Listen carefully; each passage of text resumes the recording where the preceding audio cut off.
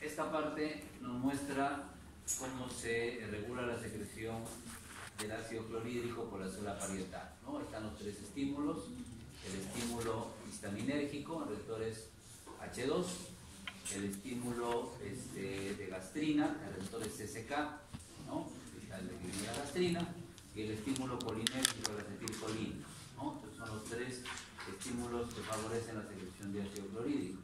La histamina es liberada gracias a las células parecidas enterocromafines, que a su vez pueden ser estimuladas tanto por la gastrina como por estímulos colinérgicos. La gastrina, proveniente de las células G, es liberada en respuesta a la presencia de alimentos que contengan proteínas, ¿no? Ingeridas, aminoácidos, péptidos en el estómago. También puede haber una neurona sensorial, el plexo mientérico, que la active en respuesta a la ingesta, y también puede haber una estimulación colinérgica de la célula G. En cuanto al exceso de ácido clorhídrico, hay una retroalimentación negativa que actúa sobre las células B, productoras de somatostatina, que puede inhibir la producción de ácido, ¿no? Controlando por una modulación negativa, y esa misma somatostatina no solo inhibe la célula parietal, sino también a la célula G, productora de gastrina. Entonces está la regulación.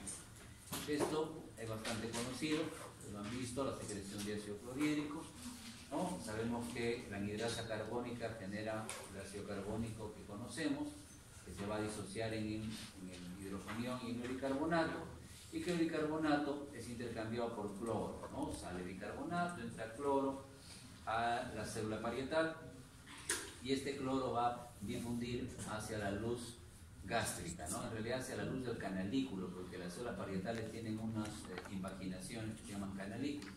Bueno, en todo caso el cloro sale, se acepta que puede salir en compañía del potasio, no solo como se ve acá, sino que el potasio que está acumulado acá adentro al salir lo arrastra y salen juntos como cloruro de potasio. Eso es lo habitual. El potasio, como no es su sitio, es regresado a él por la bomba, en este caso hidrógeno potasio ATPase, no sodio y potasio, sino hidrógeno potasio, que mete al potasio y expulsa el hidrógeno. Se encuentra con el cloro y se forma el ácido clorhídrico. Eso básicamente es lo que sabemos. Este ácido clorhídrico, para que no dañe a la mucosa gástrica, tiene que ser controlado por algunos factores. El primero es el moco. Hay una secreción por las células epiteliales, por histología saben ustedes que se llaman también caliciformes, ¿no? Hay una protección por la secreción de moco, entonces, para impedir que el hidrogenión lesione a la mucosa. Ese moco tiene dos niveles. Acá vemos un moco más soluble, más acuoso, ¿no? Con más bicarbonato para la neutralización, y acá vemos un moco más denso, rico en mucina, ¿no? Que es menos afectado que el moco soluble por el hidrogenión, ¿no? También es rico en bicarbonato. Después, el otro factor obviamente es la neutralización del hidrogenión por el mismo bicarbonato secretado por estas células epiteliales, ¿no? Si los juntamos se forma ácido carbónico. Cierto que es un ácido, pero es un ácido débil que se puede disociar en agua y CO2, y el CO2 lo podemos eructar y el agua por ahí se desplaza, entonces no hay mayor problema con esa neutralización. Para que haya una úlcera o una erosión, no es lo mismo úlcera que erosión. Una úlcera atraviesa, según histología, la muscularis mucosae, ¿no? Que es una barrera ahí de músculo liso delgadita, ¿no? Que separa la mucosa de la porción ya más profunda, digamos, de la pared gástrica, ¿no? Y para que haya una erosión, no se atraviesa la muscularis mucosae, decimos, y para que haya una úlcera sí se atraviesa, más profunda. En todo caso, para que haya lesión de la mucosa, tiene que haber un desbalance. O hay poca barrera protectora, ¿no? O hay mucho ácido, ¿no? Una de las dos, pero por ahí está la cosa. Para que la barrera protectora sea eficaz, debe haber una buena irrigación. Cuando estamos en estrés, ¿no? Una agresión física o psíquica, ¿no? Entonces secretamos adrenalina y cortisol. Si la adrenalina está alta, va a producir vasoconstricción arterial, efecto alfa 1, ¿no? Y va a disminuir la irrigación de estas células. Entonces no va a haber buena producción de moco y bicarbonato y se facilitaría la erosión. Pues. La gastritis muchas veces decimos es porque estoy muy estresado, muy tenso, no sé cuánto, entonces es posible que eso suceda. El estrés también, sobre todo si es intenso, genera cortisol. El cortisol disminuye la producción de prostaglandinas por estas células epiteliales. La prostaglandina es necesaria, es indispensable para formar moco y bicarbonato. Entonces la falta de prostaglandinas también deteriora la barrera y se produce una úlcera.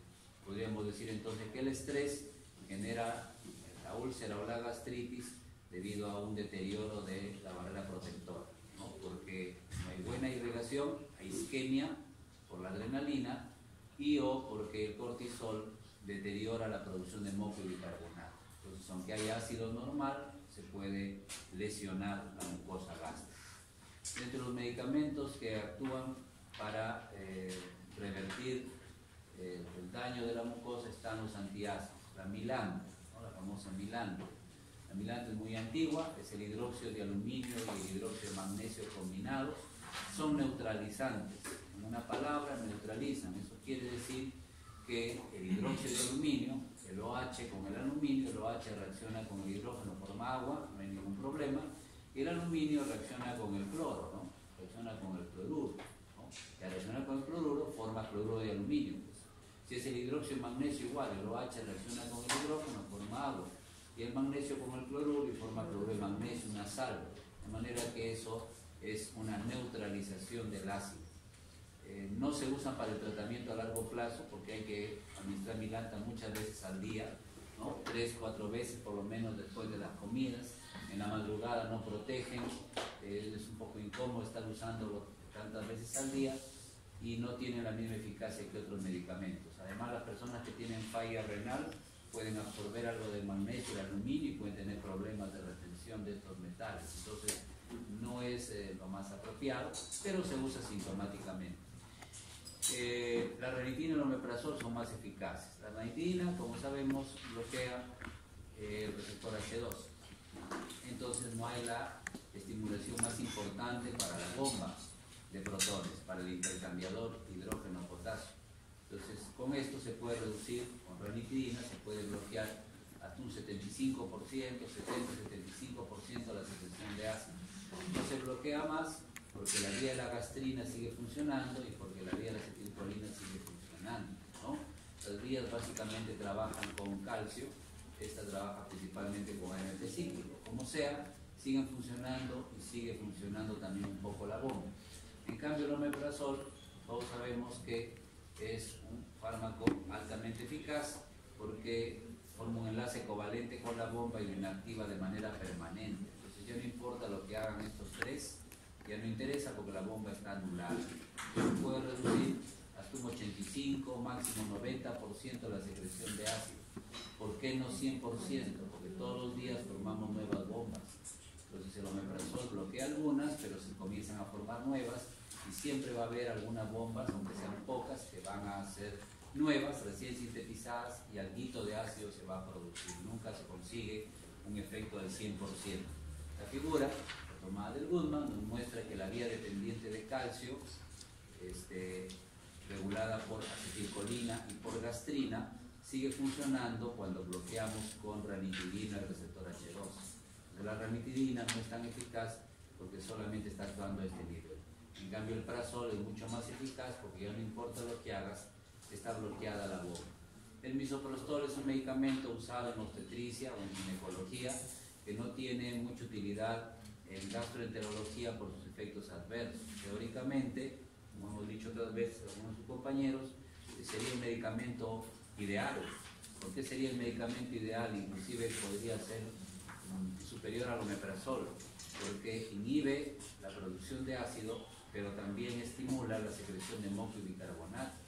El omeprazol solo bloquea el ácido, no aumenta el moco y bicarbonato. El misoprostol hace las dos cosas, menos ácido y más moco con bicarbonato. Entonces lo mejor, lo máximo, pero lamentablemente, como es un análogo de la prostaglandina E1, no de la E2, sino de la E1, pero actúa como prostaglandina sintética, entonces actúa produciendo fiebre, cefalea, escalofríos, temblores, dolor abdominal, cólicos similares a los menstruales, abortos si la mujer está embarazada, náuseas, vómitos. Entonces, como tiene todos esos efectos adversos, no se usa generalmente en la úlcera porque hay otros que son eficaces y no tienen esos efectos adversos, ¿ya? Entonces se usa más para maduración cervical y a veces para inducir aborto. Si es legal, si el niño está muerto, está bien, porque el embrión está muerto, es legal. En otros casos es no legal en nuestro país, por lo menos. El sucralfato es un octasulfato de sacarosa y aluminio. Se diferencia de la milanta en que no es un neutralizante. Puede subir un poco el pH, pero no es un neutralizante, es un citoprotector. Es como una cola sintética, como una goma que se pega a la mucosa gástrica, tanto la intacta como la que está ulcerada, la que está erosionada, se pega como si fuera una goma y forma una barrera protectora. Además de eso, el aluminio produce en la mucosa una estimulación del factor de crecimiento epidérmico. El factor de crecimiento epidérmico aumenta la reepitelización de la mucosa. Entonces, no solamente es una barrera, sino que aumenta la proliferación de células y la renovación, digamos, la curación de la erosión o de la mucosa que está afectada, ¿no? Por estimular el factor de crecimiento epidérmico. Entonces, esto sí se usa, a diferencia de la milanta, esto se da antes de la comida, esto se da después de la comida para que mantenga el pH un poco alto, no haya mucha acidez. Esto se da antes de las comidas para que se pegue a la mucosa y cuando la persona coma, las proteínas sobre todo que uno come, se pegan al sucralfato y forman una barrera más gruesa todavía. Entonces se refuerza la protección de la mucosa, ¿ya? Esto sí se usa, ¿ya? Igual lamentablemente es como una sustancia blanquecina, a veces tiene un poquito de color, le dan un poco de sabor para hacerlo más agradable, pero que tiene que tomarse por vía oral y varias veces al día, ¿no? Antes de las comidas. El Helicobacter pylori es un agente que produce úlcera, ¿no? Entonces hay que erradicarlo, normalmente con un inhibidor de bomba y 2 antibióticos, por lo menos. A veces a eso se le agrega bismuth, ¿ya? El omeprazol, su mecanismo de acción, ¿no? El que hay que detallarlo bien esta parte para la explicación que van a hacer ustedes. Se caracteriza por ser un profármaco, como todos los prazoles. Hay varios nombres, pero a nosotros nos interesa que no nos olvidemos de esto. Si quieren aprenderse más está bien, pero no son muy diferentes entre sí. La única ventaja real del mantoprazol es que tiene menos metabolismo hepático. Después, la potencia no es tan diferente, entonces basta recordar el nombre del omeprazol. Si quieren aprenderse más nombres, bueno, hay más, ¿no? Inclusive hay esomeprazol, ¿no? En fin. El omeprazol, entonces, como todos es un profármaco, tiene que protonizarse. Es importante no olvidar que la protonización tiene que ser en la luz del canalículo. O sea, tiene que llegar por la sangre necesariamente, atravesar el citoplasma y alcanzar la luz del canalículo. Si el omeprazol lo trituramos, que vienen cápsulas con microgránulos de cubierta entérica, si lo trituramos, lo mezclamos con agua y lo damos por vía oral como si fuera un jarabe, se va a encontrar con el ácido, se va a protonizar en la luz gástrica y no se va a absorber bien, no va a actuar. El omeprazol tiene que llegar por la sangre, ¿no? Atravesando el citoplasma hasta la bomba y encontrarse con el hidrogenión que está ahí formándose y protonizarse. Protonizarse quiere decir, y se ve claramente en la figura, que este oxígeno está unido al azufre por un enlace doble, ahora va a quedar unido por un enlace simple y el hidrogenión se va a agregar. O sea, aquí ya no va a haber oxígeno, sino oxidrilo. Eso ya no se llama prazol, sino se llama ácido sulfénico. Después este OH sale, ¿no? Junto con este hidrógeno que está unido al nitrógeno. Este OH más este hidrógeno salen como agua y ahora el azufre y el nitrógeno se unen, ¿no? Mediante un enlace simple. Y lo que era una estructura abierta, porque era una estructura abierta, se convierte en una estructura cerrada. Eso se llama sulfenamida cíclica, se cerró. ¿Para qué ha sucedido esto? Para que el azufre esté libre, no esté ni con oxígeno ni con OH. Ahora el azufre está libre de unirse con otro azufre propio de la enzima, con otro azufre de la hidrógeno potasio ATPasa. Este hidrógeno potasio ATPasa tiene aminoácidos, entre ellos la cisteína, entonces va a tener un azufre, esa enzima que va a unirse con el azufre del omeprazol, pero no como omeprazol, sino como sulfenamida cíclica. Este enlace covalente es irreversible, la enzima ya no funciona, ya no sirve, murió para fines prácticos, ya no va a bombear nada, y eso reduce notablemente la secreción de ácido clorhídrico, 85-90% más o menos se reduce.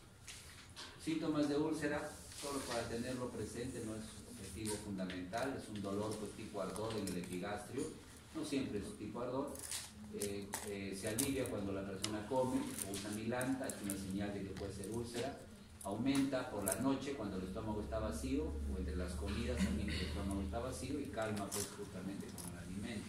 Estas son complicaciones por hemorragia, la melena, ¿no? Sangre negra como betún en las heces, ¿no? Deposiciones negruzcas, fétidas negras, vómitos de sangre, ¿no? Vómitos repetidos que pueden revelar una obstrucción, perforación, ¿no? Se puede perforar una úlcera, una peritonitis química, que también es una molestia severa, y a largo plazo una úlcera puede generar cáncer. El Helicobacter es el principal responsable de ese problema de cáncer a largo plazo, ¿no? El Helicobacter lo adquirimos por ingerir alimentos que no están adecuadamente procesados, están contaminados con la bacteria, o agua que también no es potable, no es adecuada. El Helicobacter puede ubicarse a nivel del antro, producir una inflamación con hipergastrinemia, producción de grandes cantidades de ácido clorhídrico que pasan al duodeno, que no puede protegerse de tan altas cantidades, una alta producción de ácido, y se produce una úlcera duodenal. Quiere decir que en la úlcera duodenal no es que el Helicobacter esté metido acá, el Helicobacter está en el estómago, pero está haciendo que haya mucha gastrina, mucho ácido, pasa al duodeno y se ulcera. En cambio, en la úlcera gástrica el Helicobacter sí está en el estómago, produciendo un daño directo, atrofiando la mucosa y haciendo que se produzca una perforación, un orificio ahí en la mucosa, que es una úlcera gástrica. Con el tiempo, esta úlcera gástrica, ¿no?, atrófica, la gastritis atrófica, la misma úlcera gástrica pueden cambiar. Aparece tejido intestinal en el estómago, se llama metaplasia intestinal. Si siguen pasando los años, se convierte en un tejido indiferenciado, que se llama displasia, y con los años se convierte en una neoplasia, un cáncer gástrico. Entonces, erradicar al Helicobacter es importante. Como el Helicobacter es vivo y vive en las regiones más profundas de la mucosa, es difícil de erradicar. En nuestro país, el metronidazol se usa mucho, así que el Helicobacter no responde bien al metronidazol. Todavía puede responder a la amoxicilina y más o menos a la claritromicina. Algunas alternativas que estudiaron en la Universidad Cayetano, en Lima, pero son alternativas, no se usan mucho. Para el tratamiento, los inhibidores de bomba y el bismuto consiguen erradicar también al Helicobacter. Entonces, el erradicar el Helicobacter hace que la úlcera se cure más rápido y que no vuelva a presentarse. Y lo más importante es que se reduzca el riesgo de cáncer gástrico. ¿Quiénes tienen las tasas más altas de erradicación para el Helicobacter? El esquema que está en amarillo es que se usa como primera línea. Tienen que tenerlo presente. Amoxicilina más claritromicina más omeprazol. Puede aumentarse la potencia agregándose una sal de bismuto, pero el bismuto tiñe las heces de negro y la lengua se pone también oscura, aparte que puede producir a veces ciertas molestias abdominales. Entonces las personas tienen que saber eso si van a usar bismuto para no pensar que están sangrando. En todo caso, esto potencia el esquema, pero tiene por ahí algunas cositas adicionales. Y si falla este esquema amarillo, hay que usar el esquema azul o celeste, amoxicilina más levofloxacino, que es una quinolona más omeprazol. Esto es más potente que esto de acá, es la segunda línea de tratamiento, ¿ya? Algunos países, los norteamericanos, usan este esquema, nosotros usamos un poco menos porque, como hemos dicho, el metronidazol no funciona tan bien. El omeprazol, algunas cosas, inhibe irreversiblemente la bomba, tiene una duración prolongada, porque al inhibir irreversiblemente las bombas hay que formar nuevas y eso toma tiempo, entonces la duración es larga. La biodisponibilidad del omeprazol aumenta con el uso, quiere decir que conforme pasan los días cada vez hay menos acidez gástrica, y como se toma en cápsulas que se disuelven a veces un poco en el estómago, pero la acidez está reducida, cada vez va a pasar más omeprazol intacto al duodeno. Entonces la idea es que al bajar la acidez, el omeprazol va a pasar por el estómago sin ser atacado por el ácido y su absorción en el intestino delgado cada vez va a ser mayor. Se metaboliza ampliamente por este citocromo, ¿no? Es un citocromo hepático. Esa metabolización inhibe a este citocromo. El omeprazol es un potente inhibidor enzimático de este citocromo. Por lo tanto, estos medicamentos que son metabolizados por este citocromo aumentan. Al inhibir este citocromo, ya no se metaboliza bien la clarithromicina, ni la warfarina, ni los que están acá. Por lo tanto, el diazepam va a aumentar sus efectos, la fenitoína va a aumentar sus efectos. Todos estos van a aumentar sus efectos si se combinan con omeprazol. Eso no se debe olvidar. Como el omeprazol reduce el ácido, puede disminuir la absorción del hierro. No se olviden que el hierro se absorbe mejor con un pH ácido. De hecho, cuando la persona toma hierro, le dicen que lo tome con limonada, con naranjada, para que se absorba mejor el hierro. Si el omeprazol disminuye la acidez, puede disminuir un poco la absorción de hierro. Hay que tenerlo presente. Y los que tienen daño hepático severo, los cirróticos, los alcohólicos, pueden tener más efectos tóxicos si consumen omeprazol. En cuanto a la ranitidina, la duración es más corta, ¿no? Es un antagonista competitivo. Tiene una eliminación renal importante, entonces las personas que tienen muy dañado su riñón hay que darles menos dosis o darle una sola vez al día. Normalmente se puede dar 2 veces al día, pero hay que darle una sola vez. El omeprazol, el pantoprazol, todos los prazoles le ganan porque inhiben a la bomba, mientras que esto solo el receptor H2. Puede haber algo de taquicardia y de broncoespasmo como efecto adverso. No se da junto con antiácidos. Los antiácidos que tienen aluminio, esas cosas no lo dejan absorberse bien. Y también es un débil inhibidor enzimático, pero débil. Solamente aumenta un poquito estos medicamentos. Se usa con bastante frecuencia, se ha usado en gestantes, se ha usado en niños, es un poquito más seguro que el omeprazol.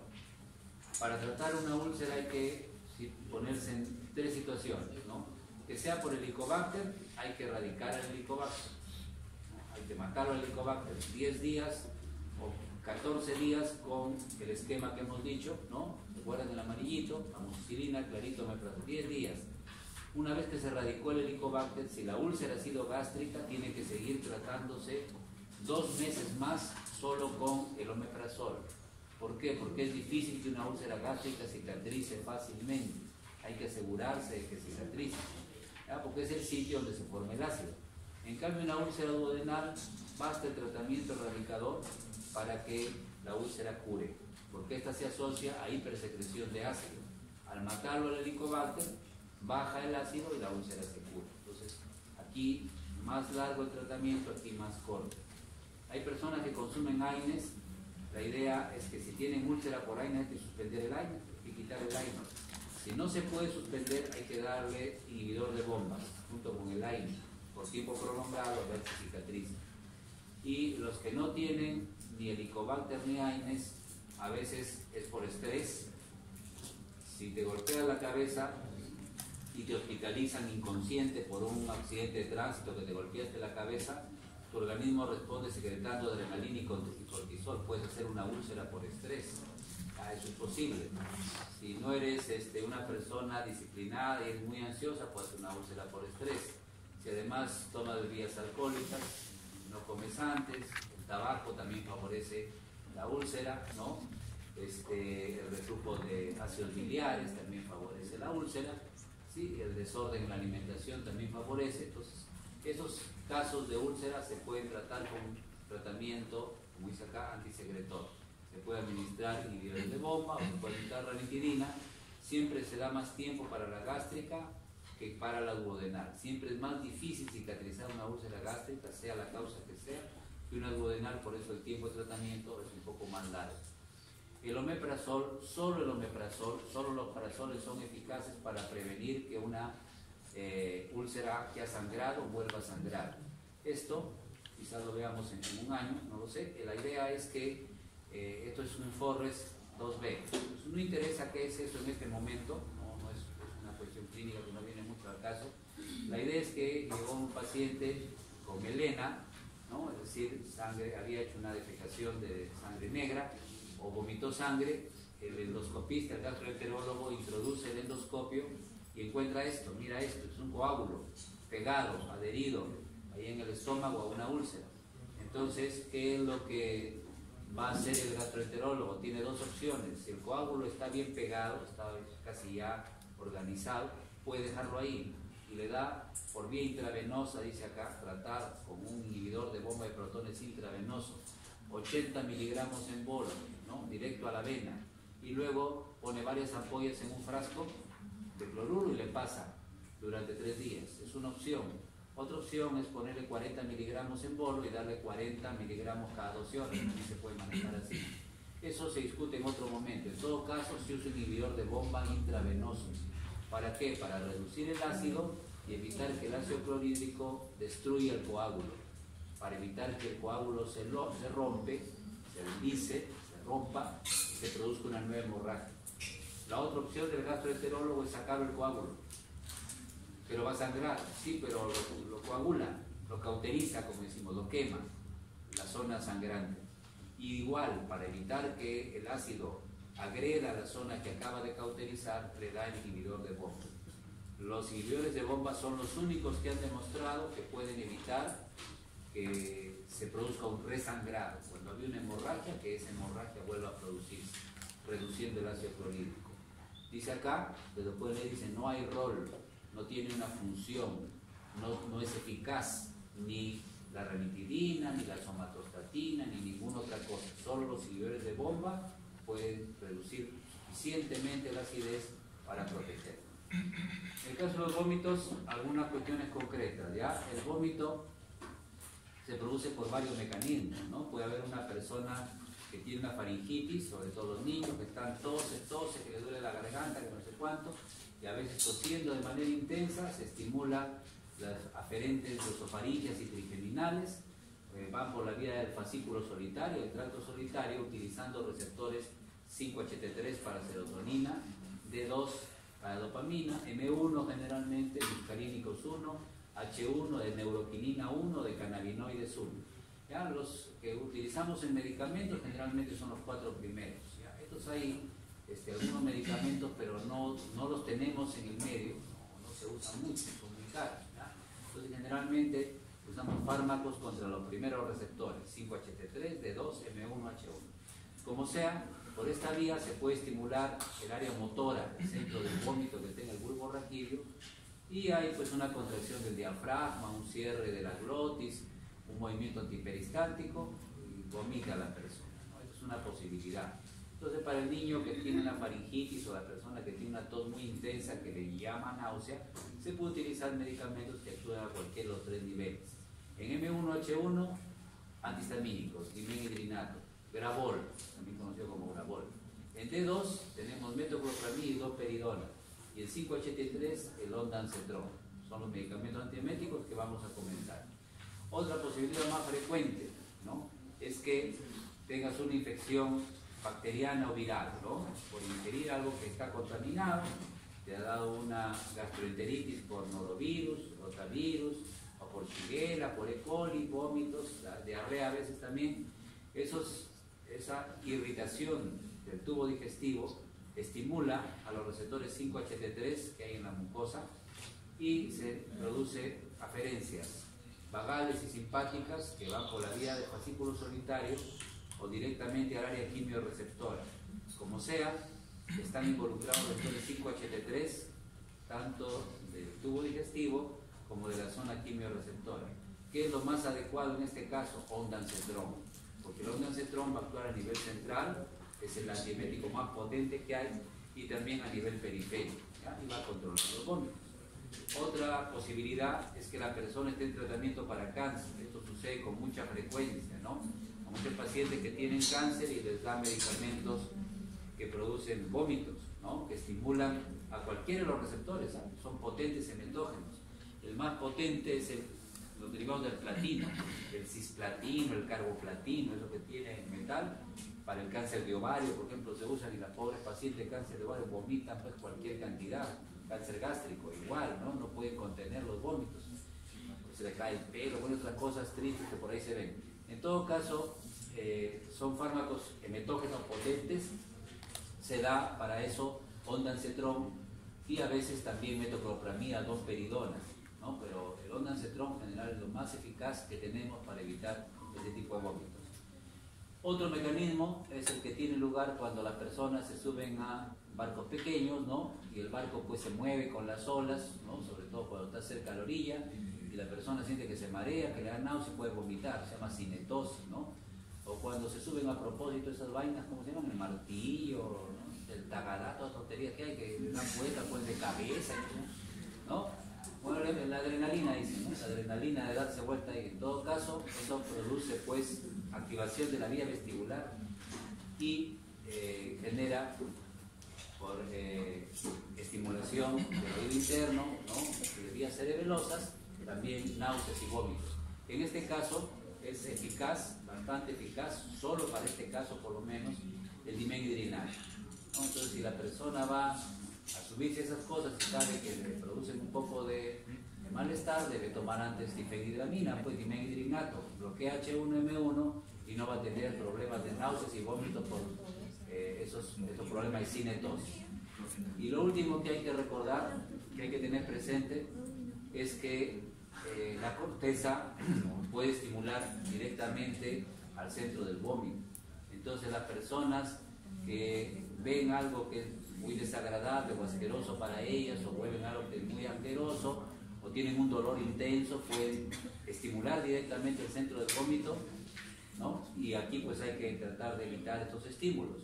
Y la otra posibilidad es que un temor, un miedo, ¿no? Una ansiedad más o menos importante también puede estimular el centro del vómito. Eso se puede controlar con benzodiazepinas, excepto en las embarazadas, ¿no? Las embarazadas jóvenes que están en un ambiente hostil, ¿no? O que están muy ansiosos, se va a enterar el papá, todavía no sabe, comienzan a vomitar, pueden agravar la emesis que normalmente induce la gonadotropina coriónica o el estrógeno en una mujer que recién se embaraza. Entonces, por estas sensaciones de temor, ansiedad, angustia, ¿no? Entonces, la idea es que en este caso no se puede dar benzodiazepinas, porque las benzodiazepinas pueden producir paladar hendido, ¿no? Labio leporino, no es un riesgo absoluto, pero existe. Entonces, no se puede sedar farmacológicamente a una embarazada, es mejor hacerlo con psicoterapia. Pero hay otros mecanismos que producen también vómito, ¿ya? Ahora, de los medicamentos que pueden actuar como antieméticos, el dimenhidrinato actúa en varios receptores, sin embargo sus efectos más poderosos o más intensos son en H1 y M1. En receptor D2 tiene un efecto pequeño y no tiene ningún efecto en receptores 5-HT3, dimenhidrinato. Eficacia leve a moderada para el tratamiento del vómito. En segundo lugar, ¿no? El tercer lugar es dimenhidrinato. En segundo lugar, para el tratamiento del vómito lo ocupa domperidona y metoclopramida. Acá está mal escrito. Yo siempre les digo, cuando encontramos una cosa de esas, a veces no hay que ser terco, ¿no? A veces encontramos algo que dice el libro, esto es de Goodman, ¿no? El Goodman dice, entonces ya es santa palabra, pues, como la Biblia, ¿no? Pero puede tener errores de traducción, pues puede haber estado mal escrito, el que lo copió mal. Entonces no es metoclopramida, eso no existe, es metoclopramida, ¿no? Entonces esta es culpa del que hizo la traducción y lo copió mal, pues, ¿no? Entonces cuando uno tiene una duda debe cotejar con otra fuente, no está libre de algún error, aunque sea de traducción, cualquier texto. Total, el hecho es que domperidona y metoclopramida son básicamente antagonistas D2, antagonistas dopaminérgicos D2. Ya es un mecanismo principal y tienen cierto efecto también antagonistas serotoninérgicos 5-HT3. Entonces de esa manera actúan en control del vómito. Y finalmente, los más poderosos antieméticos que hay son los llamados cetrones, los antiserotonina, los anti-5-HT3. Ondansetron es lo que usamos. Hay más nombres, pero nosotros no queremos formarnos una mermelada de nombres, acá queremos recordar por lo menos el ondansetron. Si quieren aprenderse más nombres, cuestión de ustedes, pero por lo menos uno, ¿no? ¿Ya? Es el ondansetron, que usa antagonista 5-HT3, el más eficaz que hay, el que tenemos disponible, más baratito también, que se puede conseguir. Fíjense que los antipsicóticos, ojo, clásicos, haloperidol lo hemos usado con el CUI, clorpromacina lo hemos usado con el CUI, también tienen efectos antieméticos, ¿ya? También tienen efectos antieméticos. pero como tienen también efectos antipsicóticos, no se usan con mucha frecuencia, ¿ya? Esa es un poco la razón por la cual no los aplicamos tanto. Pasando a la motilidad del tubo digestivo. A ver, el peristaltismo, todo el mundo sabe qué es peristaltismo, se basa en que el plexo mientérico es activado por el bolo alimenticio. Acá está el bolo, ¿no? En el intestino está el bolo, acá vamos a ver por ahí que está arriba, es el bolo alimenticio, y este bolo alimenticio, al entrar en contacto con la mucosa y al estirar un poco la pared del tubo digestivo, activa la secreción de serotonina ahí en la mucosa, serotonina. La serotonina es el modulador que va a activar el plexo mientérico. Y concretamente, vamos a hacer un lío, concretamente, ¿qué va a suceder? Por detrás del bolo se va a generar liberación de acetilcolina y por delante del bolo se va a generar liberación de óxido nítrico. Si por detrás del bolo se produce acetilcolina, se va a contraer el músculo liso circular, las fibras del músculo liso circular. Al contraerse, lo ven, esta fibra más gordita, va a hacer que el bolo avance. Entonces, la contracción va a empujar el bolo para que avance. Al mismo tiempo, por delante del bolo, se va a liberar óxido nítrico. El óxido nítrico va a relajar. Acá la fibra del músculo liso circular está más flaquita, está más larga, se ha relajado.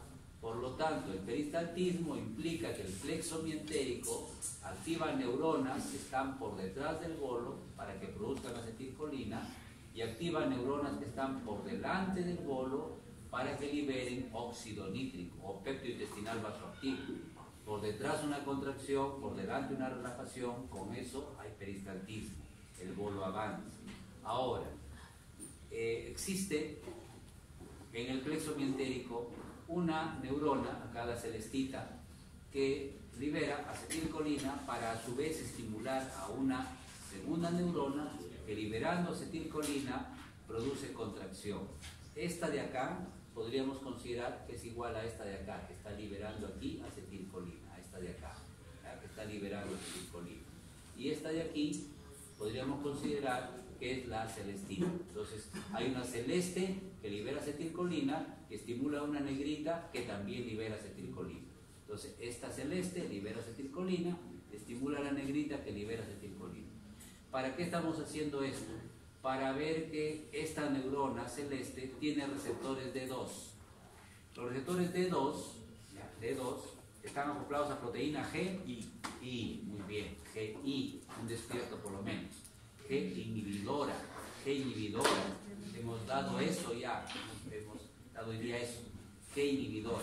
Por lo tanto, cuando la dopamina, ojo, un ratito, despiértense, cuando la dopamina, porque si no, no me van a entender esta parte, lo anterior lo van a leer, pero si no me entienden más o menos la explicación, vamos a tener un poquito de problema. La dopamina, cuando actúa el receptor D2, que está en esta célula, ¿ya? Va a modular una proteína GI, el AMP cíclico va a disminuir. Si disminuye el AMP cíclico, va a entrar menos calcio. Si va a haber menos calcio, va a salir menos acetilcolina. Si sale menos acetilcolina, esta de acá va a ser menos estimulada, va a liberar menos acetilcolina, no habría contracción, habría relajación. Entonces, este receptor D2 normalmente es un modulador negativo. La dopamina es como un inhibidor del peristaltismo. ¿A qué queremos llegar? La metoclopramida, y también la dopamina, también es un prokinético o procinético. ¿Qué Michi es procinético? Procinético es activar el peristaltismo. La metoclopramida activa el peristaltismo. A ver, la metoclopramida aumenta el peristaltismo. Para aumentar el peristaltismo, ¿qué va a hacer? Bloquea el receptor D2. Si bloqueamos el receptor D2, esta neurona ya no se va a inhibir. Esta neurona, como el D2 era un inhibidor, pero está bloqueado, ya no se va a inhibir. Si no va a estar inhibida, sí va a liberar acetilcolina. La negrita también va a liberar acetilcolina y va a haber contracción. ¿Estamos claros? Sí. Ya. Eso mismo va a suceder acá. Está diciéndonos la figura que la rosada es una neurona dopaminérgica. Por lo tanto, libera dopamina.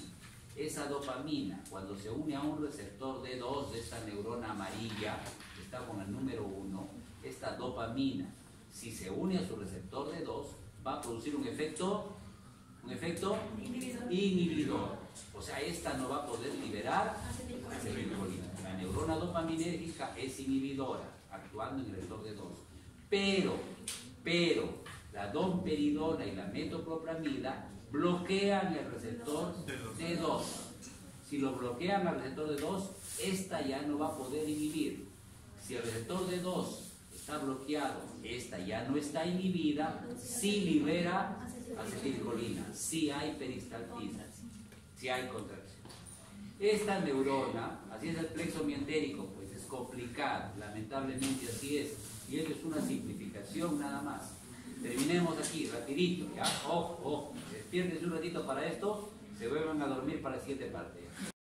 Bloquea el receptor 5-HT3 en esta neurona que es inhibitora. La metoclopramida bloquea el receptor 5-HT3 en esta neurona que es inhibitora. Si bloquea el 5-HT3, no entra sodio, porque este es ionotrópico, no entra sodio. Si no entra sodio, esta no se activa. Si no se activa, no puede inhibir. Si no puede inhibir, si hay acetilcolina, si hay peristaltina. Traten de entenderlo. ¿Sí? Acá no se puede llevar a una mujer tiró la toalla. Ya acá no es memoria. Acá tienen que tratar de entenderlo. ¿Sí? No le entienden la figura, dicen la figura. Ya, no le entiendo esta vaina. ¿No? Traten de entenderlo.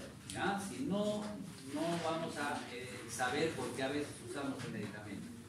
Finalmente, metoclopramida, que básicamente es un antagonista de 2 y antagonista 5-HT3, a veces, usted lo encuentra en los libros, se comporta como un agonista 5-HT4. Si es un agonista 5-HT4, quiere decir que actúa como si fuera serotonina en una neurona 2 que es excitadora, que libera ¿qué cosa? Al activar a esta que libera acetilcolina, también activa a la 1, a la amarillita, se libera más acetilcolina y hay más peristaltismo todavía. Entonces, ¿no? Sea porque bloquea a la D2, sea porque bloquea a una inhibidora, que es la que tiene 5-HT3, o sea porque estimula a una neurona que libera acetilcolina, la metoclopramida es un procinético, aumenta el peristaltismo, vacía el estómago. Cuando una persona ha comido demasiado, o no tanto, pero su estómago lo siente pesado, que no se vacía, ¿no? Y no se vacía porque a veces está mucha grasa, más alcohol ahí mezclado, y tiene un poco de náusea, inclusive ganas de vomitar porque no avanza con la digestión o está simplemente pesada. La metoclopramida vacía el estómago, relaja el esfínter y contrae el que lo vacía. Y no solamente se le quita la náusea, sino que siente un alivio. Se vació muy bien, ya pasó la comida. Comienza a circular, a avanzar. Es una característica interesante de la domperidona o la metoclopramida. ¿Ya? Aparte de antiemético, es procinético. A ver,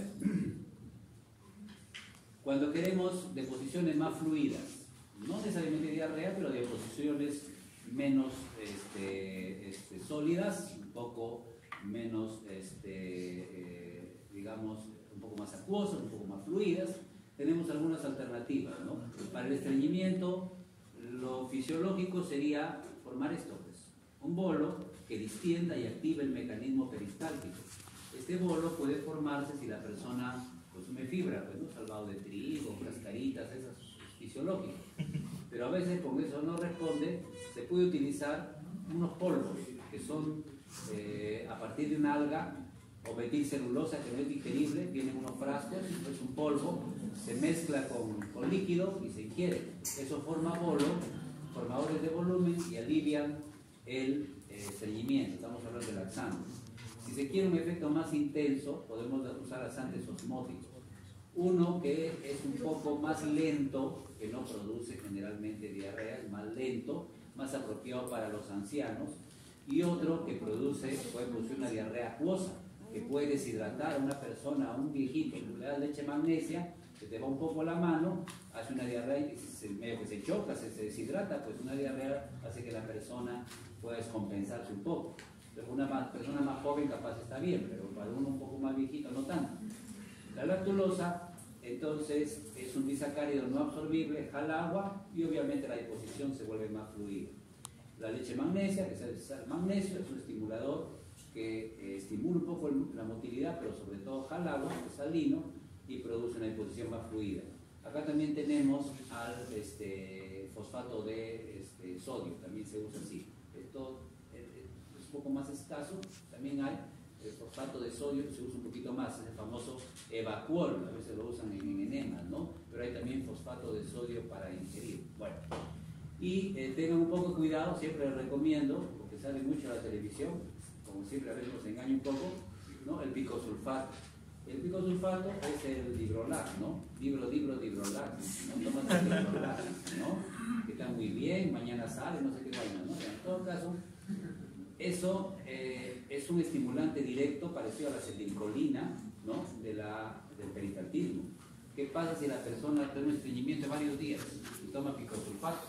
Va a comenzar a contraerse con fuerza, ¿no? Va a evacuar, ¿no? Pero con dolor, con cólicos, ¿no? Y una evacuación un poco seca puede generar algo de erosión de la mucosa rectal y anal, ¿no? Entonces tampoco es cuestión de darle Dibrolax y ya con eso va a defecar, así no es, ¿no? Entonces tiene que ser un poco más fisiológica la cosa.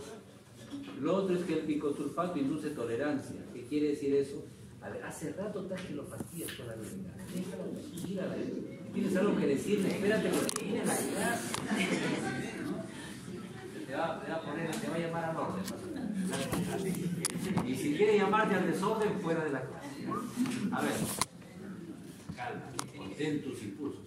A ver, entonces, genera tolerancia, que ya vas a empezar al costado, así no es común, es como otro. Cálmate, tranquilo,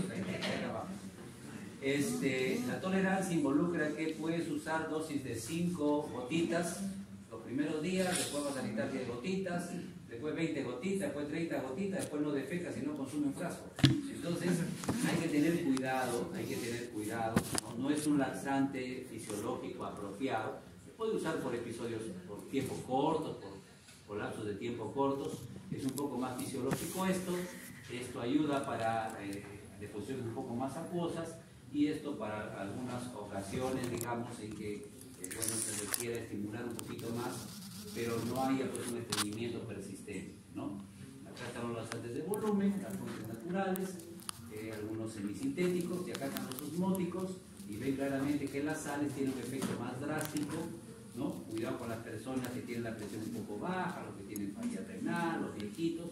En cambio la lactulosa tiene una opción más lenta, ¿no? Un efecto que puede generar algo de flatulencia, que es un poco incómodo, pero que no desequilibra hidroelectrolíticamente de manera rápida la presión. La lactulosa tiene un beneficio adicional para el cirrótico, ¿no? Para el que tiene el hígado destruido, sea por alcohol o sea por hepatitis, no lo sabemos, el hígado no sirve. Por bioquímica todos recordamos que el hígado convierte el amoníaco en urea y la urea se pierde por el riñón. Entonces, ¿qué va a pasar con la lactulosa? La lactulosa llega al colon y las bacterias lo convierten en ácido láctico o ácido acético o ácido fórmico, en ácidos. Estos ácidos le agregan un hidrogenión al amoníaco, que es NH3. El NH3, como no tiene carga, es liposoluble, se absorbe desde el colon, llega al hígado, le dice conviérteme en urea, no puedo, no sirvo. Entonces se va a la sangre y llega al cerebro y causa coma hepático. Entonces, ¿qué hay que hacer? Hay que evitar que el amoníaco, el liposoluble, se absorba. El ácido acético, dijimos, le agrega un hidrogenión al amoníaco y lo convierte en amonio, NH4+, NH4 común con valencia positiva. Como tiene carga, ya no es liposoluble, ya no se absorbe, además la lactulosa jala agua y lo bota con las heces. Entonces, para combatir la absorción del amoníaco en el intestino, se utiliza lactulosa. No solamente es un laxante, sino reduce la absorción del amoníaco. Para el efecto contrario, hoy día que han dado su examen, usamos opioides, o sea, para producir un efecto antidiarreico usamos opiáceos, loperamida o difenoxilato, ¿no? La loperamida va a producir, por los mecanismos que ya sabemos, un bloqueo de la entrada de calcio presináptico, ¿no? Y menos liberación del neurotransmisor, y una salida de potasio con hiperpolarización a nivel postsináptico. Si hablamos de músculo liso, se va a relajar. Si hablamos de una neurona del plexo mientérico postsináptica, no se va a activar, va a reducirse el peristaltismo. Entonces, la loperamida actúa de esa manera, ¿no? Disminuyendo la motilidad del tubo digestivo, ¿no? Reduciendo la secreción de agua, inclusive favoreciendo un poco la absorción de agua, menos diarrea. ¿Cuándo debe usarse? Cuando es una diarrea acuosa. Si la persona tiene diarrea con sangre, es una diarrea invasiva, es Shigella o es un Campylobacter. Si tú le das un antidiarreico, la Shigella se queda dentro y introduce problemas más graves. En cambio, es una diarrea acuosa, que no tiene fiebre, que no tiene moco ni sangre, sí se puede dar la loperamida. ¿Cuál es la diferencia entre loperamida? Recuerden, ya viene luego el parcial, ¿no? También viene el parcial, ¿no, Fátima? La diferencia entre loperamida y fentanilo, por ejemplo, es que la loperamida no cruza la barrera hematoencefálica, no produce efectos centrales, en cambio el fentanilo sí. Esa es la diferencia. Se ha modificado el opioide para convertirlo en una sustancia que sea inocua para el sistema nervioso central. Salvo en los niños chiquitos, ojalá no se olviden, si nos vemos en un año recordaremos eso. Si tienes un niño pequeñito, de menos de un año, no le debes dar loperamida, porque como su barrera hematoencefálica está todavía inmadura, sí puede cruzar. Y ahí la loperamida sí lo puede dormir a un niño pequeñito, entonces no se da en niños pequeños. ¿Ya? En respiratorio lo vamos a avanzar un poco más rápido, solo para darnos una idea cómo está el bronquio de un asmático y cómo está el bronquio de una persona normal. Y mucha relevancia tiene acá el TNF-alfa. El TNF-alfa está metido por todas partes como citoquina proinflamatoria en la mucosa bronquial del asmático. Hay moco, hay hipertrofia del músculo liso, que además está contraído por una hiperreactividad, hay eosinófilos, hay bastante inmunoglobulina E, hay mastocitos, son una respuesta inflamatoria crónica. Cierto que el pobre asmático tiene que tratar de controlar. ¿Cómo lo hace? Con salbutamol. Uno de los mecanismos de relajación del músculo liso es activar una miosina fosfatasa. ¿Ya? Recuerden eso, que le quita el fosfato a la cadena ligera de miosina fosforilada y hay relajación. Hay más mecanismos, pero ya ahorita no los vamos a recordar, ya los estudiamos, ustedes lo saben, ¿no? Los efectos beta-2 que producen relajación del músculo liso. Y ni uno de ellos vamos a mencionar hoy día, ya lo saben, y si no lo recuerdan, igual lo tienen que repasar para la próxima semana. En el asmático, la lesión de la mucosa, mucho de la mucosa está agredida, se caen las células ciliadas, ¿no? Epiteliales, y entonces hay una agresión sobre la mucosa que activa una vía que se llama vago vagal. ¿Qué quiere decir eso? Que las terminaciones vagales son estimuladas y se produce en respuesta un reflejo colinérgico. Es decir, se libera acetilcolina en la mucosa bronquial. ¿Qué consecuencias tiene eso? Mayor secreción de moco, como nos dice Goodman, y mayor contracción del músculo liso. Pues aparte de que hay citoquinas, leucotrienos y moco, más moco todavía y más contracción por culpa de una respuesta colinérgica. Hay que bloquearlo. ¿Con qué bloqueamos la respuesta colinérgica? ¿Con qué podemos interferir con el receptor M3? ¿No? Bloquear los receptores M1, los M3, disminuyendo la secreción de moco, relajando, evitando la contracción. ¿Con qué bloqueamos todo esto? Con bromuro de hipertrofia, con el hipertrofia. El hipertrofia es un antagonista colinérgico, también ya sabemos todos estos, que ocupa el receptor M3, ya no puede actuar acetilcolina, ya no hay contracción ni tampoco hay secreción de moco. Entonces, dos broncodilatadores de primera línea para el asma son el salbutamol, que todo asmático tiene a la mano, y que lo puede complementar con bromuro de hipertrofia, un anticolinérico. Pero en el asma también hay otros mediadores inflamatorios. Uno de ellos son los leucotrienos, también llamados cisteinil leucotrienos. se producen justamente en los eosinófilos, ¿no? Capacidad de síntesis de leucotrienos, ¿no? Eosinófilos, ¿dónde más? Basófilos, y en los mastocitos, células cebadas, leucotrienos como cancha, ¿no? Bueno, cualquier cantidad de leucotrienos, ¿no? Y hay receptores para los cisteinileucotrienos en diferentes células, en los macrófagos, en los eosinófilos, en los mastocitos, en los linfocitos B, en los linfocitos CD4, en las células dendríticas, ahí están bastante distribuidos. Entonces, ¿qué pasa? Cuando se liberan los leucotrienos, actúan en sus receptores por vía de la proteína GQ. Si decimos esto, ya no es necesario explicar nada más. Si yo digo GQ, ya saben todo lo que pasa después. Contracción y secreción, ¿sí? Y si es endotelio, también contracción. Si esta es una célula endotelial y se contrae, si la célula endotelial se contrae una célula, se contrae la otra, queda un espacio en medio. Por este espacio que queda en medio pasa agua, electrolitos y hasta plasma. Por lo tanto, la mucosa bronquial se dematiza, se hincha, se congestiona, el bronquio se cierra. Entonces los leucotrienos tienen esas características: contracción del músculo liso, edema a nivel de la mucosa bronquial, y tienen hasta cierto efecto quimiotáctico atrayendo a los eosinófilos. ¿Qué nos interesa? ¿Con qué los bloqueamos? ¿Con qué antagonizamos a los leucotrienos? Bloqueando el receptor. Antagonistas del receptor de cisteinileucotrienos son los llamados Lucas, ¿no? El Montelukast tenemos, poco caro, pero hay, ¿no? Entonces, y hay otros más, Montelukast tenemos, que actúan en estos casos.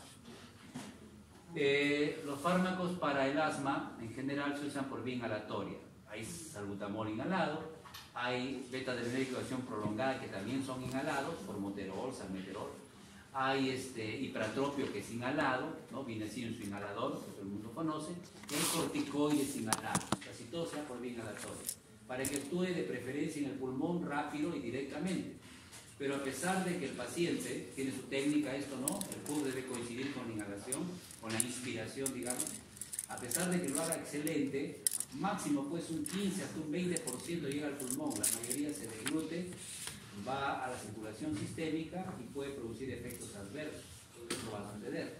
El salbutamol actúa en 5 minutos más o menos, es rápido, dura 3-4 horas, no dura mucho, es mejor que el salbutamol. Puede producir taquicardia porque va a la circulación sistémica. Con la digoxina puede tener algunos efectos cardíacos, puede con el IECA bajar la presión arterial. Hay que tener cuidado con los pacientes que tienen arritmias, ¿ya? Entonces es característico el salbutamol. El salbutamol no se debe usar todos los días a toda hora porque desensibiliza los receptores, ¿no? Si se usa cada rato, fosforila, se autofosforilan los receptores, se esconden, como dijimos en los opioides, se esconden los receptores y ya el salbutamol pierde eficacia.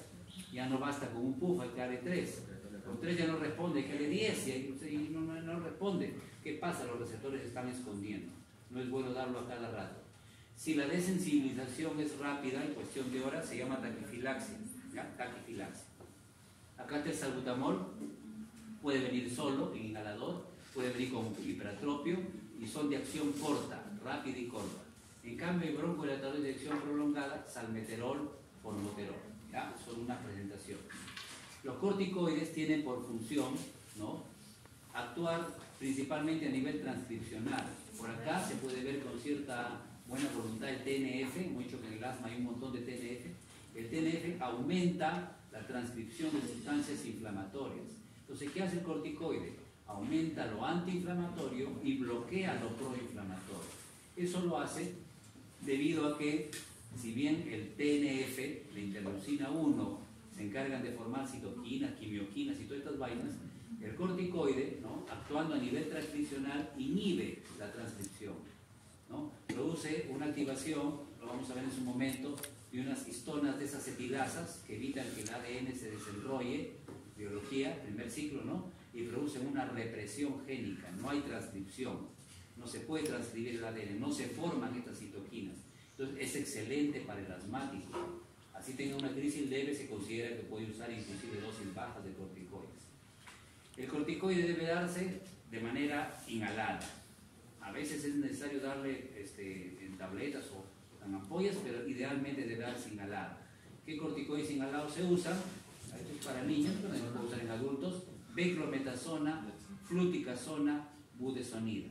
Por lo menos recuerden dos, ¿no? Beclometasona, fluticasona. Este suena medio raro, pero es también uno que tenemos disponible. Beclometasona, fluticasona.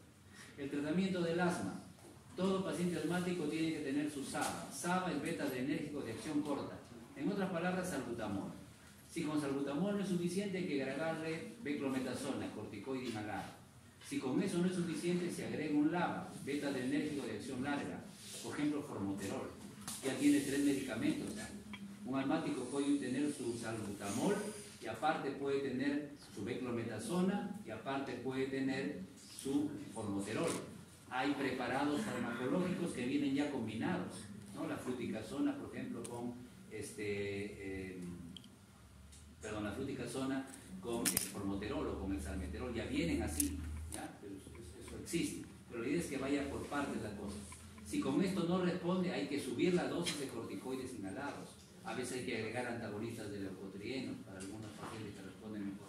Y si con esto no responde, hay que darle prednisona por vía oral. Y si con eso no responde, hay que darle omalizumab. ¿Qué es el omalizumab? Un anticuerpo monoclonal contra la inmunoglobulina E. Normalmente en el asma viene el alergeno, vienen las heces de las cucarachas, vienen los ácaros, ¿no? Que están ahí en las sábanas, qué sé yo, viene el polvo, viene la gasolina, lo que sea, un alergeno ambiental viene y viene todo el procesamiento que ustedes saben hasta que el mastocito, ¿no?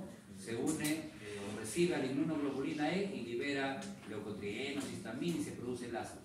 Entonces, ¿qué hace el omalizumab? Neutraliza la inmunoglobulina E, porque la inmunoglobulina E es la que produce la liberación de los mediadores inflamatorios. Neutraliza y hay menos liberación. Esto solo se usa en los pacientes que no han respondido a los escalones para el tratamiento del asma, ¿no? Esto se puede discutir con más precisión, pero más o menos esta es la idea general. También puede usarse teofilina en algunos pacientes asmáticos, ¿no? De manera aguda para una crisis o a veces de manera crónica, aunque es menos apropiado hacerlo así. ¿Qué hace la teofilina? Inhibe la fosfodiesterasa. ¿Qué hace la fosfodiesterasa? Es la que destruye al AMP cíclico. El AMP cíclico es destruido por la fosfodiesterasa. Si lo inhibimos con la teofilina, aumenta el AMP cíclico y este produce mayor broncodilatación. ¿Cuál es el problema? Que es más excitante para el corazón y para el sistema nervioso que los agonistas beta-2, el salbutamol. Es un poco más riesgoso, puede producir más arritmias y más problemas en el sistema nervioso central, por eso no se usa tanto, ¿ya? Finalmente terminamos con los mucolíticos y los expectorantes. El mucolítico más eficaz probablemente sea la acetilcisteína, seguida por el ambroxol. ¿Qué función tienen? Romper los puentes de disulfuro que tiene la mucina, ¿no? Que está en el moco, que está en el bronquio, ¿no? Para que la persona pueda eliminar el moco con más facilidad. Esto venía en sobres, ahora lo usan también inclusive en algunos jarabes, ¿no? Tiene un sabor un poquito más agradable. Y el ambroxol viene así como ambroxol y hay muchos jarabes, muchos antitusígenos o compuestos para el resfrío común o la bronquitis que vienen con bromhexina. Pero al final lo que hacen es romper un poco la mucina. Y los expectorantes son irritantes, se estimulan a la mucosa para que produzca agua y puedas botar las secreciones que están ahí. El mejor expectorante en realidad y más seguro es el agua, ¿no? O sea, inhalar vapor de agua pura, ¿no? Acercarse a una fuente de vapor de agua y a cierta distancia, te vas a quemar, respiras por la boca, ¿no? Respiras por la boca el vapor de agua. Pero algunas personas lo hacen agregándole hojitas de eucalipto, ¿no? O de alcanfor, le ponen ahí la hojita y lo hacen hervir y eso lo respiran. No, también eso funciona porque es un irritante, ¿no? De la mucosa. Al irritar la mucosa, sea la respiratoria o la gástrica, aumenta la secreción de agua y botas ahí la mucosidad. El que se viene como preparado farmacológico es la guaifenencina, ¿ya? Es guaifenencina que tiene acción igual. ¿Listo? Estamos un poco cansados, pero ya terminamos. Hasta aquí es el examen de unidad. 40%, perdón, el examen parcial, 40% de la primera unidad, 60% de la segunda unidad. ¿Ya? ¿Le haces presente, Fátima? 40 y 60 de las preguntas. Mitad de las preguntas del examen parcial, complemento 1.